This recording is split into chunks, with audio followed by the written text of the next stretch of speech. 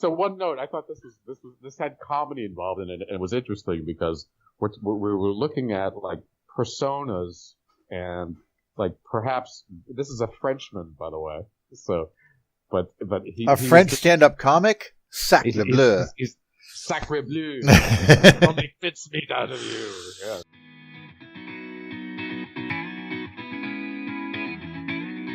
Continuing the Electric View's April 10th show, we'll talk about the brain and the mind and a little bit of Julian Jaynes combined with Buddhism. Please click below to like and subscribe.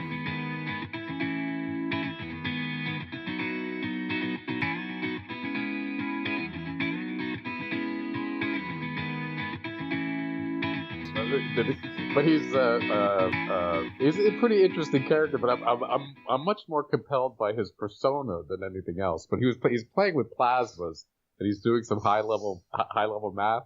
But this is, I think it's a TED presentation. But just listen to it. It's just a short piece. And, sure. I'm interested in your.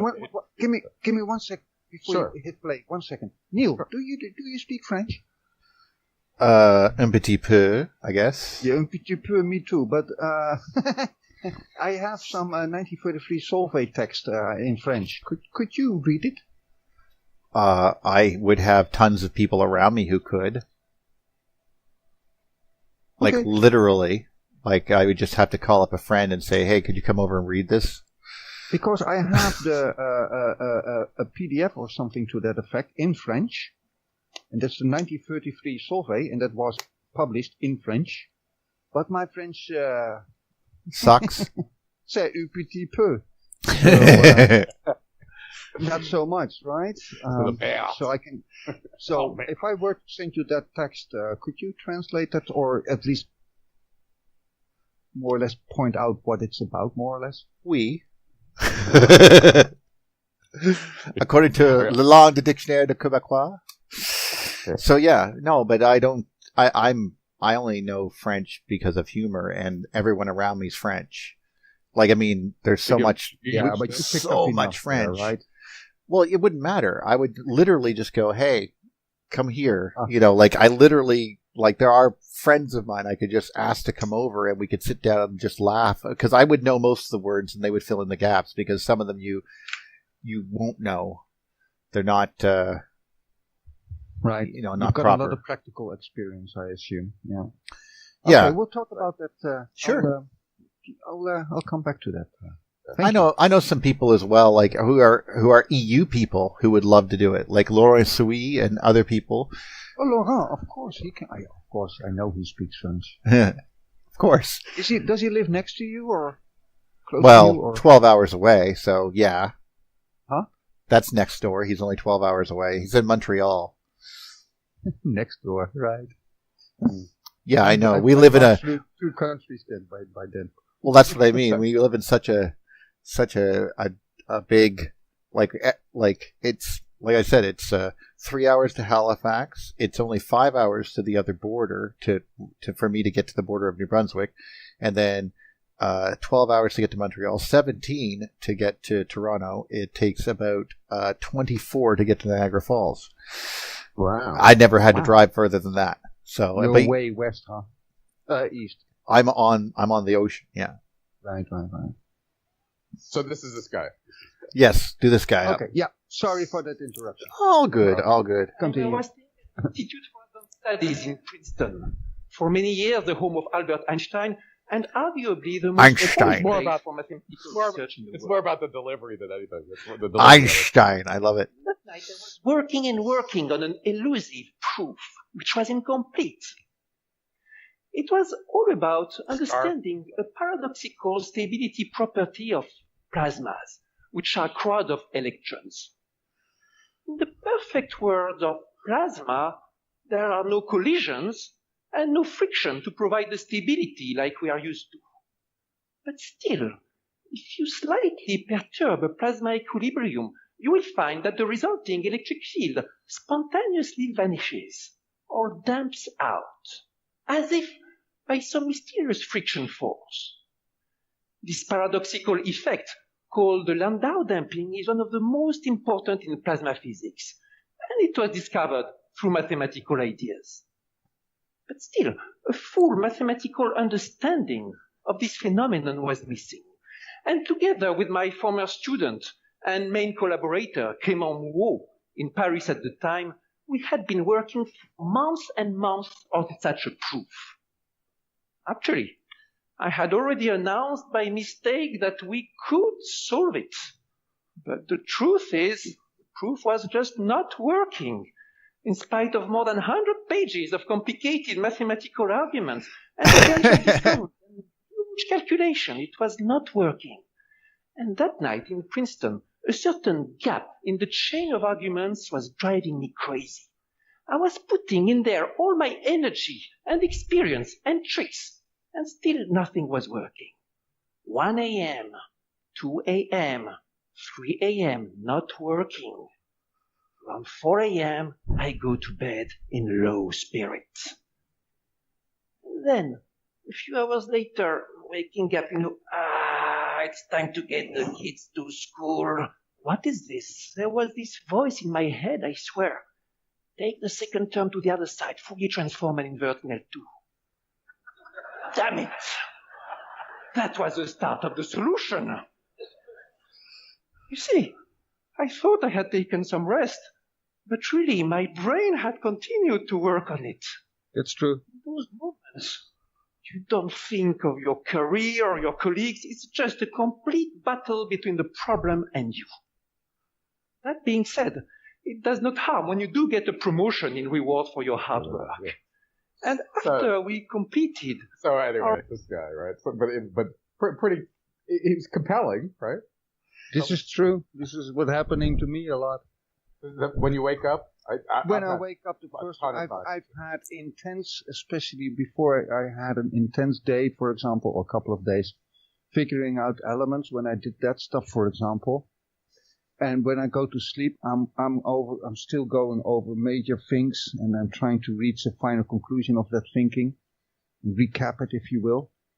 And then I fall asleep, literally thinking about that suddenly disappears, and the moment I wake up, the first thing that's in my mind is sometimes an element like strontium, the first thing before I open my eyes. Right. Actually, that if Julian Jaynes' work describes this exact situation and why it occurs, that's one of the reason why I always recommend the book to people. Because if you really want to know some interesting stuff about your brain, and it's only conceptual in the sense that it allows you to do things that you recognize as truth because it's part of the human experience. And he puts that into a very understanding and complete thought. And one of the things that he says is that just like the Buddhas would say, you are not you. You are only part of you. There's another you. Some people call it the subconscious. Some people call it the unconscious. But that doesn't really matter. It's you. It's you, but not you. Awesome, thanks. And it's something you could either you have to not only get along with it, because it's the thing that's like picking your words out of your mouth or driving the car or walking down the street while you're dreaming, while you're daydreaming. Oh, yes. It's that thing, because I am driving my car across the country, and trust me, if I had to actually drive and think about it every single step of the way, it would be hell. But I don't have to. I can daydream and think about and sing songs and go, it's the age of Aquarian, just driving down the road, and that's what I'm doing. I'm having these thoughts. I've had moments that I've went on my bike to the fish and chips and got the fish and chips, and while waiting for the fish and chips, I was standing there looking at some part of the floor probably, and only it was going through my mind, where does this proton go, and then that proton go there. And then do I have that other isotope then? Let's check this one. And that's how it was going through my mind. But you're right. And this is what I'm saying. So there's this other brain, and you can do two things with it. number one, you can get to know it, what its wants are, these desires and wants, and you can fulfill them or at least recognize them and somehow mitigate them, which is the Buddhist way. But you can also make it your bitch. And one of the things that you need to do is make this brain do things for you. You need to train it. I'll argue on this one that sure, it's a bigger element than you are. You're just this little mini like identity, and then whatever that thing is from my perspective. I was subjective. But it's actually true. It's worthy. It's worthy. I don't like deifying anything, but it's worthy of putting up there on a pedestal because it feels like I'm in a dream within that. He described it as your imaginary I, and I mean as in I, the letter, but this imaginary you is inside your head, and you can move that. That's what you think yourself as. It has access to a bunch of memories that it can pull up at from time to time, and things will pop into its head. But it's guided by the behavior of this other thing that you're trying to get a grip on, this unconscious mind that's sort of sitting there. But this daydreaming you, this one that can imagine, it can imagine forward and back in time. It can travel to other countries in its head. It's the one that you activate when reading books. That's great wisdom. But that's the different. That's you, what you think of yourself as. And if you never grow up, that's all you'll ever think of yourself as. But if you recognize, well, like you said, it's almost worthy of deification, all of this other thing it's sitting on top of, because it's doing a lot more than you give it credit for. I'm unaware of it for the most part. For the most part, yeah. But it's there, clearly. Right. I've had like that experience, and Ito's sharing it too. It's like that thing after that waking up twilight is where they come in, and it's like or like when you're going into it, like through a door or taking a shower. It's like that change in environment. All of a sudden, it's like what? It's us, But you can make it. I'm back where I was, and during the sleep, I'm not saying, we're active somewhere else or, the mainstream explains sleep like you're ordering your thoughts and experience into a more, like a little excerpt, if you will. And you throw away a lot of your memory. That is very essential that you do that, right? You should not remember everything. Like Neil said, you can't be actively, consciously aware of your driving all the time. You can't remember everything. We need to discard a lot of stuff all the time. And I think that's where sleep comes in. It's the discharging. So it takes most of the memory. I don't really know. You need to remember you moved that away, right? You could argue the Akashic record where it's all recorded if you could just have access to it. Well, there's another argument. It's true. It's not so much it's gone, but you need to flush it from your active memory. So a lot of mundane things you flush. Right. But it gets into the Sheldrake idea where it's not inside your head. It's sure. Present in another realm.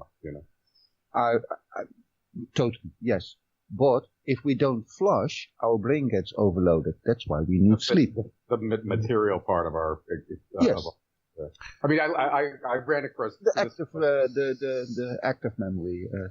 I'm interested in your guys' read on this quote, and it was something from Paul Loeffler that he was referencing, but it's like we're not a physical being searching for spiritual reality. We're spiritual beings in a material reality. Right. Well, that might be true. I've heard that. I think for me, when I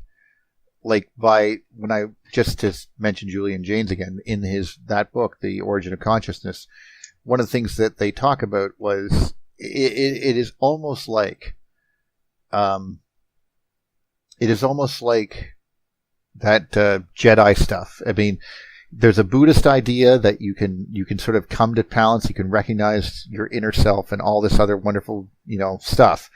And yeah, there is a big truth to that if you can be aware of your problems, that alone is a big step forward. Just being aware of it. because you begin to act, it becomes part of your memory, and you begin to act on it, and you can correct it. That's one of the best ways to sort of, by denying it, you're actually hurting yourself. Right. And you end up with frustrations you don't know where they come from and all that shit. But there's also this other part of you that could look at a mirror and you say, you're not going to say anything stupid tonight. You're just going to go there, have a few drinks, be polite, and go home. That's, you give yourself that look in the mirror, right? I've tried that many times unsuccessfully. Fair enough. But you can do the same thing with your brain to tell it what to do. Like, you're going to think about this problem all night long when I'm in bed.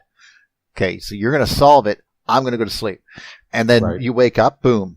It's ready to go. There's always an intention to want to solve it. Yes, but you can make it do other things too. That's what I'm saying. It's not just you can actually make it do other things, and it's cool because it does listen to you. It's part of you. It seems to know more about you than you know about you. Yeah, exactly. Yep. It's odd talking about this other person living inside your head. Is everyone intrinsically insane? It may be more collective than we, that was Jung's read up. Well, you could say that, but there's also the idea that you don't recognize your own wants and desires, and then they are causing you pain. That's sort of the Buddhist idea. Mm-hmm. Mm-hmm. So.